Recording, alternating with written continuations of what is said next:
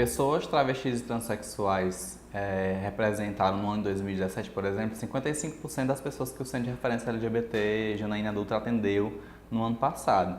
E grande parte da demanda que essas pessoas apresentam é de retificação do prenome e do gênero no registro civil. E a minha transição, ela iniciou há 5 anos atrás.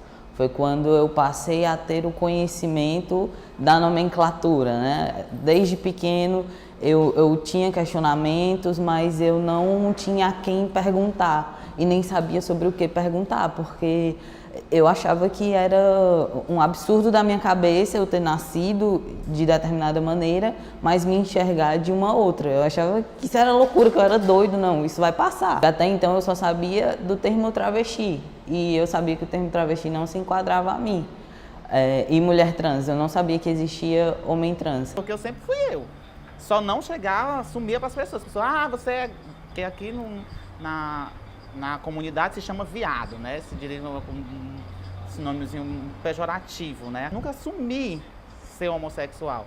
Mas os meus trejeitos, eu sempre fui muito feminina. A gente vem passando por processos significativos de mudança na retificação do registro civil de travestis e transexuais, muito em razão do avanço recente a nível jurídico do STF, que decidiu, em julgamento de uma ação direta de inconstitucionalidade, que as pessoas travestis e transexuais têm direito a retificar prenome e gênero no registro civil direto nos cartórios, sem a necessidade de ajuizamento de ação, por autodeclaração da sua identidade, por manifestação da vontade, sem a necessidade de fazer cirurgias transgenitais, sem a necessidade de hormonização. E agora o próximo passo da minha transição é a retificação, né? Que agora ela é um tanto mais simples, por não ter que esperar uma decisão judicial, né? Mas ainda é muito burocrática e ainda financeiramente ainda é muito cara para as pessoas trans. Que eu, de certo modo, eu ainda me vejo um pouco em uma situação melhor, porque eu tenho um emprego de carteira assinada, eu tenho um trabalho fixo, diferente de uma grande maioria que não tem ou depende de bico. Teve meninos que já me disseram que gastaram R$700 no processo de retificação, de ter que pagar todos os documentos, segunda via. R$700 é um mês de uso de casa. Eu vou passar um mês sem comer, sem pagar conta para pagar a retificação. No meu caso, não foi tão demorado, mas foi burocrático e cansativo.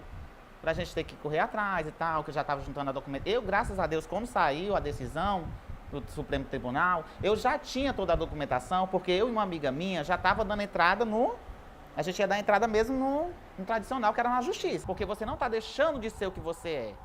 Você está apenas sendo o que você é.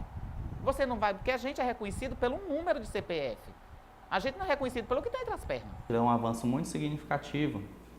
É importante, primeiro, porque o Estado brasileiro passa a reconhecer objetivamente, mesmo que tardia, lentamente, muito tardiamente, a pessoa travesti e transexual como sujeito de direito, né?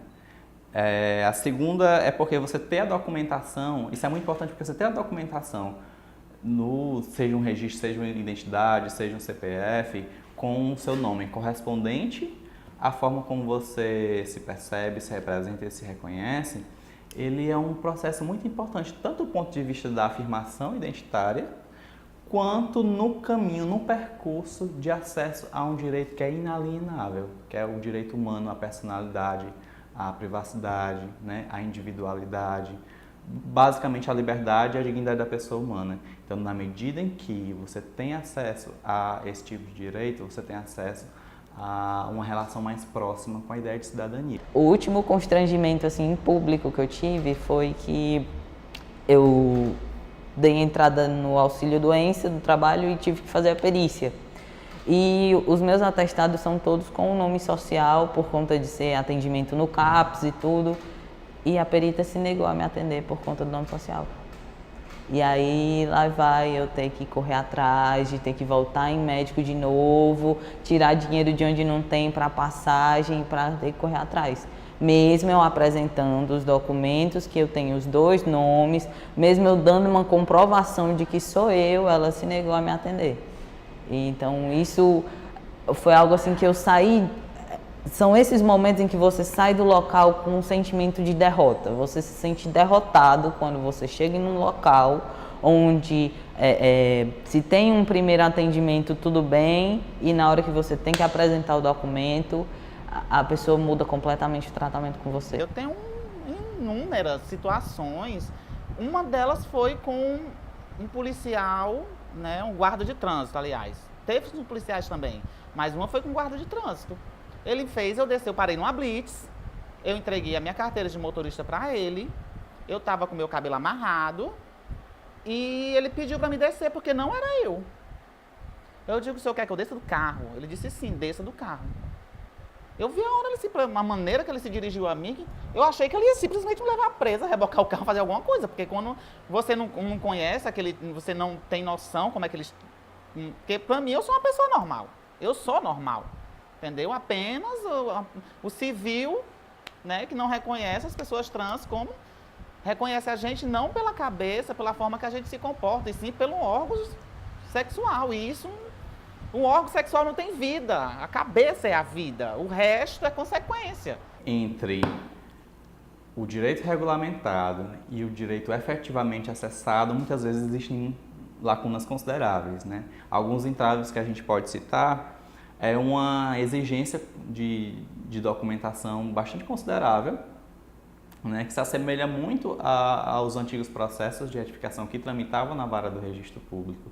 Então, isso exige das pessoas, travestis e transexuais, um nível de empenho, de tempo, de disponibilidade e às vezes até de conhecimento técnico administrativo mesmo, para conseguir fazer a juntada dessa documentação.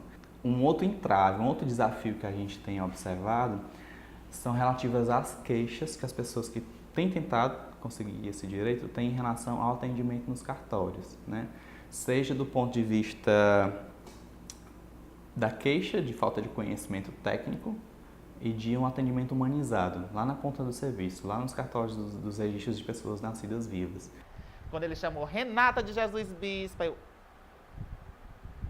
esperei chamar mais vezes, né, para você me acostumar com esse negócio.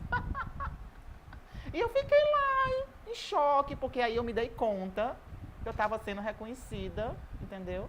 Que eu era aquilo ali, puta, não tenho mais prova nada pra ninguém, gente. Satisfação plena, minha filha, sabe? As pessoas lhe olham diferente, é inacreditável. É impressionante como um simples nome faz diferença. As pessoas lhe olham diferente. Assim, você entrega, não tem mais aquela crise. Não tem mais aquela... Não, tá, fulano, todo mundo olha pra você ao redor. Parece que a impressão que a gente tem é que a pessoa faz aquilo de propósito. Mas não é. Só mais um ponto, né, que faz com que você se sinta cada vez melhor. Porque durante a transição, você aprende por mais que você ainda esteja num corpo que não é o que você sempre quis, você aprende a se amar cada vez mais. Então, cada passo que é dado, cada conquista que você tem, isso só vai aumentando. Então, o primeiro ponto em que eu pude sair na rua e ser reconhecido visualmente como masculino foi uma conquista. Poder ter os meus documentos no masculino e com o nome que eu me identifico é uma conquista maior ainda.